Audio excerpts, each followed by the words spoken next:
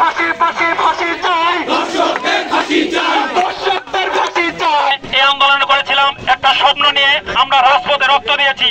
আমরা কোনো ধর্ষকদের ঠাই বাংলাদেশ হবে এ নিয়ে আন্দোলন করিনি, আমরা রক্ত দিইনি। বুকের রক্ত দিয়ে যে স্বৈরাচার বিদায় করেছি। আমরা সমস্ত সাধারণ শিক্ষার্থী এবং বাংলাদেশ কৃষি বিশ্ববিদ্যালয়ের সমস্ত সাধারণ শিক্ষার্থী বলতে চাই, আমাদের দেহে এক বিন্দু রক্ত থাকা পর্যন্ত কোন ধর্ষক বাংলাদেশে অবস্থান করতে পারবে না। আমরা 24-এ নিজেদের রক্ত ধরেছি বৈষম্য মুক্ত বাংলা করার জন্য, কিন্তু আমরা দেখতেছি যে আমাদের বোনেরা এখনো অনিরাপদ। এই অনিরাপদ নগরীতে কোন বৈষম্যর ঠাই আমরা দিতে চাই না। আমরা নিরাপদ নগরী বলতে চাই, যেখানে আমাদের বোনেরা অবিলম্বে কোন নিরাপত্তাহীনতা ছাড়াই রাস্তায় হেঁটে যাবে। কোন দর্শক কোন মানুষ হতে পারে না, তাকে অমানুষ হিসেবে ঘোষণা দিতে হবে। সে একটা পশু।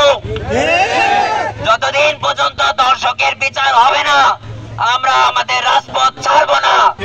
বাংলাদেশ কৃষি বিশ্ববিদ্যালয়ের প্রতিটি ছাত্র প্রতিটি ছাত্রী কেউ রাস্তা ছাড়বে না ইনশাআল্লাহ। আপনাদের সবাইকে আমরা পাশে পাবো সেই আশাবাদ ব্যক্ত করছি, এবং আমরা সবাই আপনাদের সাথে কাঁধে কাঁধ মিলে এই রাস্তায় থাকবো। ধন্যবাদ সবাইকে। এই যে আসিয়ার ব্যাপারটা যে হলো লাস্টে, যেটা সবচেয়ে বেশি সারা পেল আসিয়ার, আমি অবাক হয়ে যাই যে একটা গণভোটানের যে সরকার মানে